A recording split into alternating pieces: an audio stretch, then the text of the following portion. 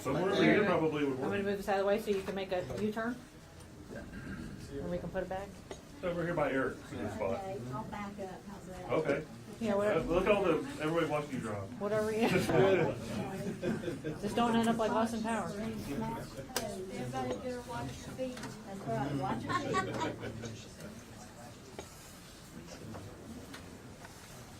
Okay, that's fine. I'm gonna, yeah, I'll call you. How about that?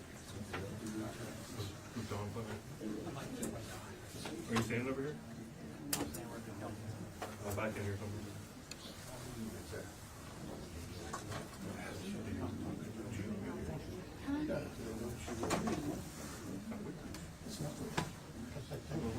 All right, you guys ready?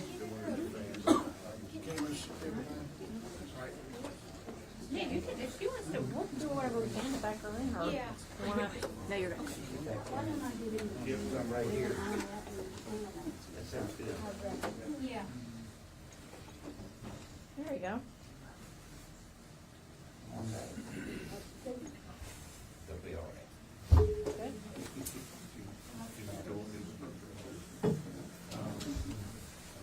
I think you should go first. Your investigation? You want to introduce me? Okay, I can do that. We all set? Yeah. Okay. Ladies and gentlemen, thank you all for coming here today. We're here to recognize the fact that we were able to bring this case to a successful conclusion after 20-some years of investigation. Right now, to give you more details about how we got here, is Special Agent Doug Hubert with the Virginia State Police, who can fill you in on some of those details.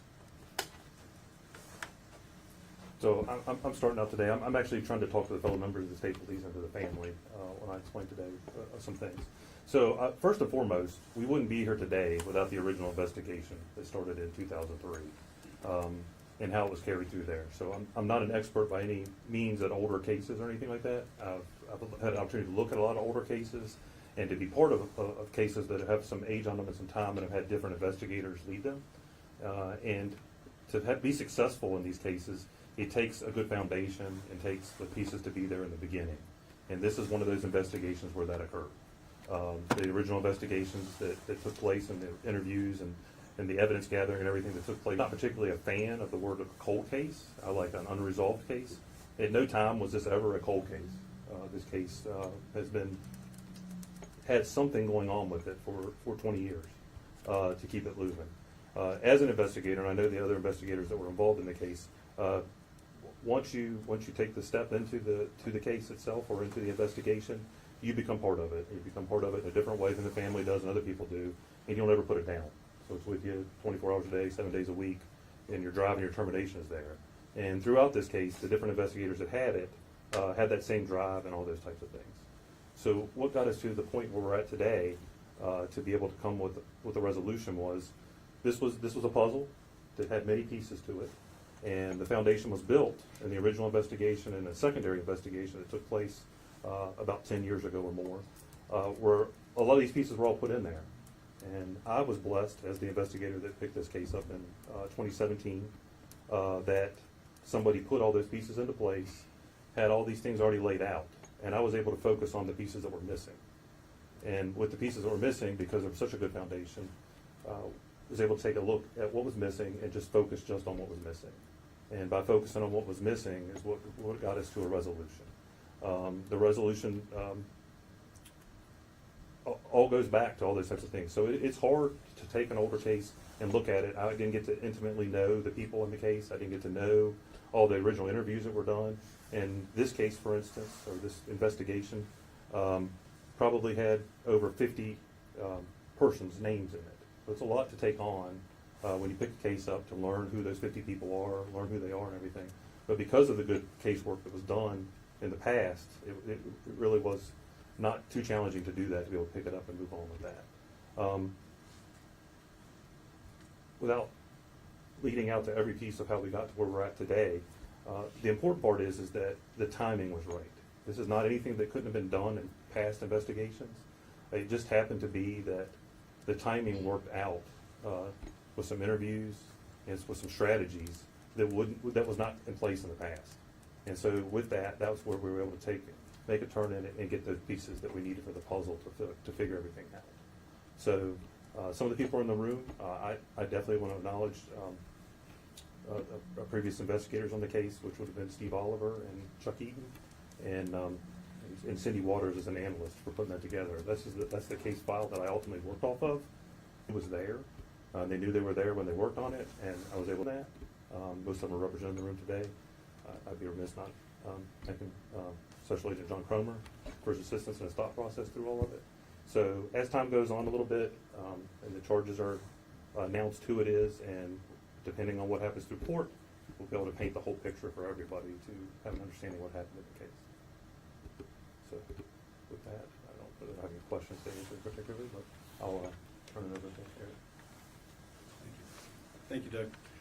My name is Eric Branscombe. I'm the Commonwealth Attorney for Floyd County. I just want to say that this is a case that's always been vitally important to Floyd County and the people of Floyd County, and we feel exceptionally blessed to have such a talented team from the local and the state police, sheriff's office, the Virginia State Police that have been from the very beginning working on this, have all contributed. This has been a team effort over 20 years, accumulating all the evidence that brings us to the point that we can bring this case forward today. There are a number of issues that came up with this as we proceeded through this.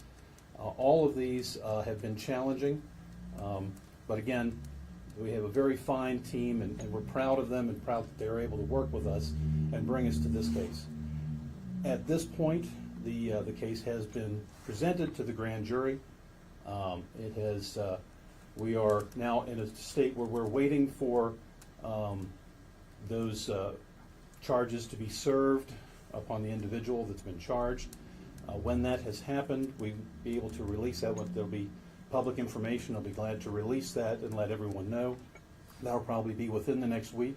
I can tell you that he is currently in on other charges unrelated or only tangentially related to this incident. So we will be proceeding with that. This is a case that we're expecting to bring forward as soon as possible before the courts, but I imagine that this is a complicated case and will take a great deal of time as we go through. So I don't expect this to happen quickly, but I do expect that it will be moving forward. We have, again, a great team of people working to put this together, and it's been very well organized as we have moved forward.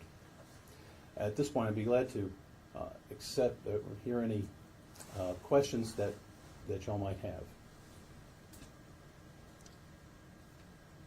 I was just going to say, for those who have worked on this case, more of an emotional level, what does it mean to you to be able to, hopefully at this point feel like you're going to bring a close to this over 20-year investigation? I think he's worked on this the longest. I'm not working on the longest, but I'm working on it the most recently. It's a feeling that I don't know that I've had before on a case to this level, to be able to share with the family, my coworkers, and the community that we're bringing a resolution to it. I don't know that it's closed or there's closure necessarily, but they were able to come to a resolution. For me, as an investigator, I take these things pretty personally, and I take it in a level that I want to figure it out. And the challenge and the stress that's always there when you can't figure something out, this has brought relief to me on the aspect that I think I figured something out, or that we figured out something. And we've shared a good part of it with the family, and as time goes along, they're going to get the complete puzzle. Yeah, you guys were talking about this being a puzzle. Can you share a little bit about what that missing piece was that ultimately led you to close this case? Well, ultimately, that will come out as we're in court. It's not something I want to be discussing until then, but I can tell you that will come out relatively soon, as the hearings that I expect will happen as we prepare the case and as the initial hearings move forward in the next month or two.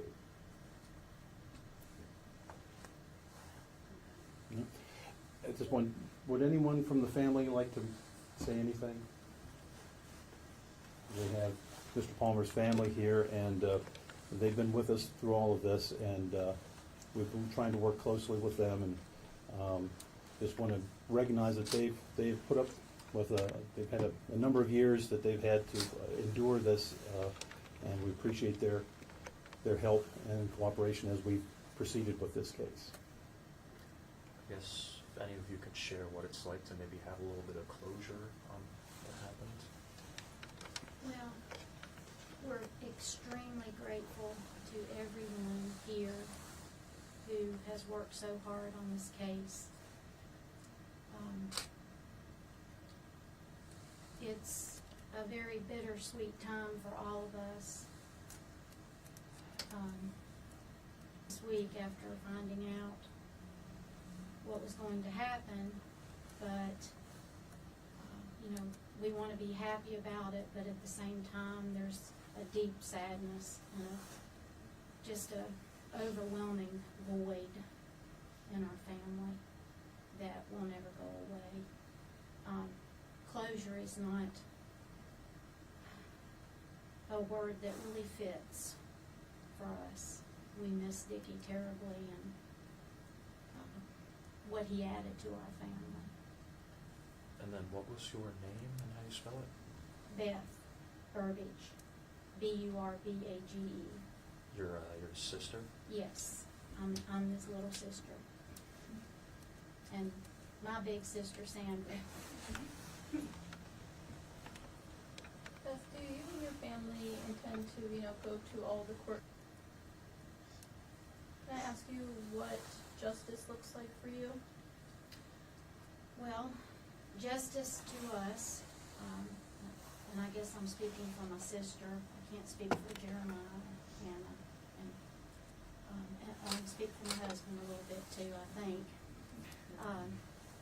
Justice to us, we're not a revenge family. We don't seek revenge, but we would like to see whoever did this stay in prison for the rest of their lives. That would be justice for us. Now, also with us today, we have our current sheriff of Floyd. Both have been helpful in the course of the investigation as well, and the family for some years, so I'm going to ask him to make some closing remarks. Well, it is a day of a lot of emotions, that's for sure. But we are thankful, and I want to say to the family that I hope that this brings you some peace. I know there can never be enough justice for the family and what they've lost in such a horrific crime that happened here, senseless. And I can't help but think about Mr. Palmer's mother and father today. They are both passed, and I know this was a lot of stress to them over the years. So I want to remember them, and I guess some of the positive things that come to mind are the law enforcement here that I've been retired for 9 years. And this community has not forgotten about Mr. Palmer because I'm still often asked about this case. And so it brings some closure for the community as well. And I want to say to past law enforcement and future law enforcement here in Floyd, for an old guy, it really makes me feel good. Virginia State Police and the Floyd County Sheriff's Office always worked as a team, and they're continuing to do that for the safety of this community. And we're just thankful for that. And I'll close by saying that I hope God blesses each one of you. Good health and safety, and be with Mr. Branscombe and Special Agent as they go through this case. We thank you for coming out and being with us today. Thank you.